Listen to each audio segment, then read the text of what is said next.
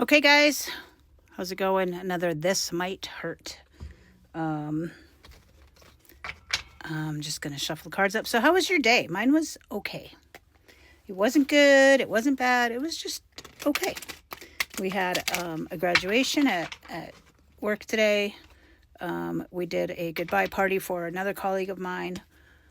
And then found out another colleague of mine was leaving, and one of my dear friends left yesterday. So it's been 24 hours of saying goodbye. Clients, coworkers, friends, all the things, right? And I think I'm just in like this mini kind of period where I'm happy to see them go and do better things for themselves. And at the same time, I'm sad to see them go. Honoring their part in my journey and hoping that they honor my part in theirs, and trusting that we completed soul contracts, if you will. I think when it comes to soul contracts, they can be as big as a lifetime or as small as a day, right? Maybe you have a soul contract with the cashier at the grocery store who needed you to smile at her to make her day better. Or it could be, obviously as big as, I don't know, a romantic soulmate relationship, a parent-child relationship, a sibling relationship even. In my world, in my belief system, we have to honor these soul contracts, complete them, and or cancel them. Sometimes they need to be canceled, and then move on, right? Because we don't want to keep repeating the wheel of karma.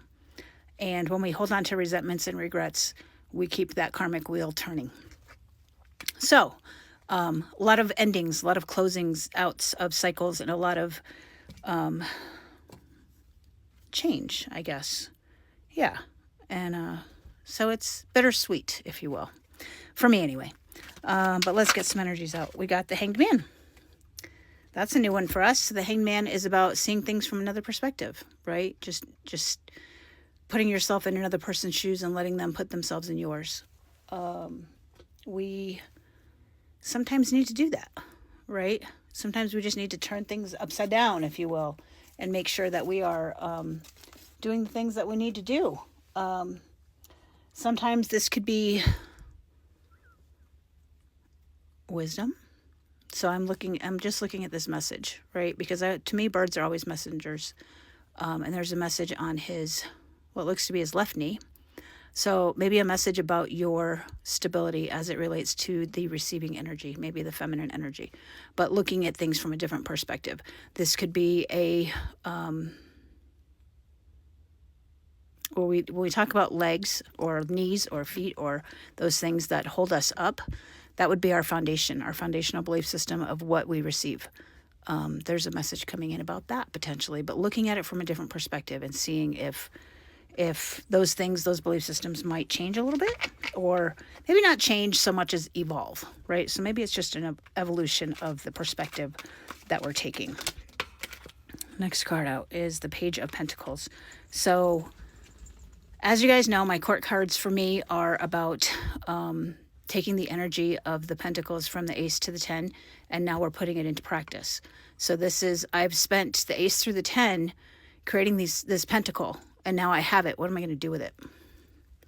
All of this energy, all of this newfound energy, all of this resources, time, attention, money even. What am I going to do with these new things?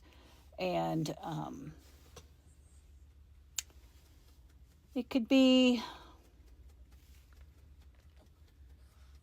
money.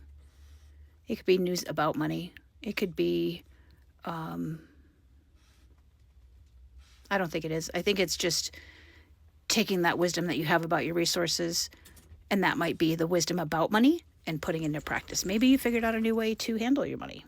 Maybe, I don't know. So recently I started working with HomeWise on saving for a down payment for a house. And it was a new way of saving that I was taught, because you have to, of course, take a class on how to manage money and so forth. And so I did. I learned a few new ways to manage my money and to save and to pay down some debt. So maybe it's something like that.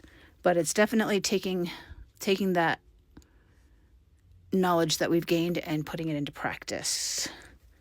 So what else have we got? So we're looking at things from a different perspective, looking at our resources and using them in our newfound knowledge. And then Eight of Wands and the Fool. Eight of Wands is a very fast-moving energy. It is about... Look at all the animals. I feel like it's everybody's rushing to do what they're good at. I could be wrong, but that's what it feels like to me. It could mean travel. See how everyone's kind of running away from something or to something. Are they running away from something or are they running to something? So when you think about the arrows being shot, they're obviously, when you shoot an arrow, you have to pull it back in order for it to move forward.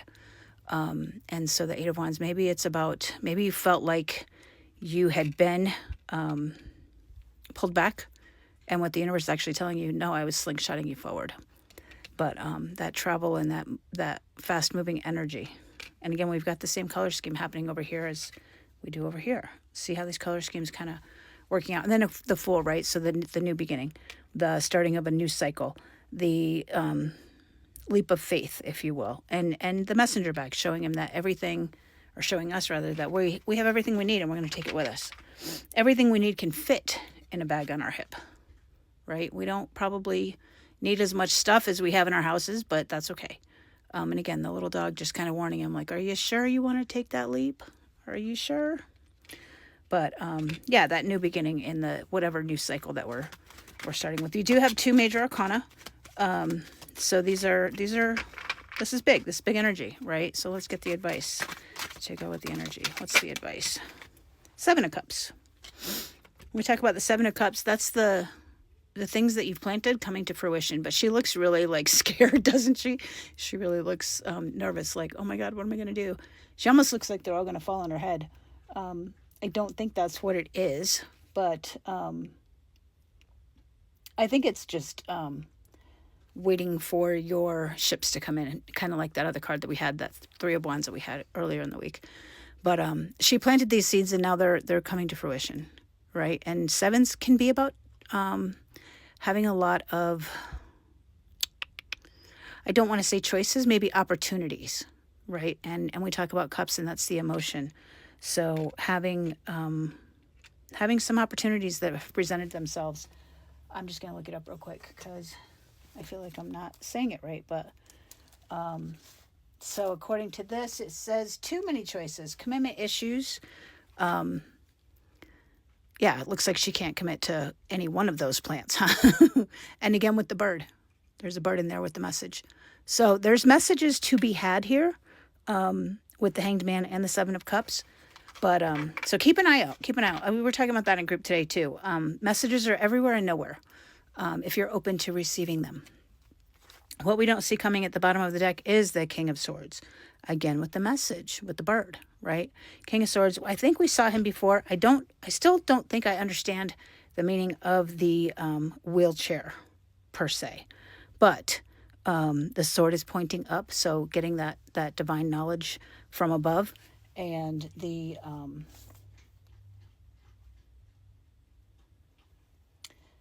intentional and powerful leader, quick action and strategic thought is what we don't see coming. So maybe something's coming that we don't, the Three of Wands kind of peeked out there.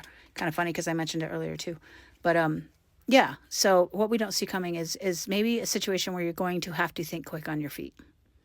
And you might feel as if you're paralyzed in the decision. Something to think about. All right, guys, I'm going to leave it there. Didn't hurt too much. A lot better than yesterday's reading. So I'm going to leave it there. You guys take care, and we'll talk tomorrow.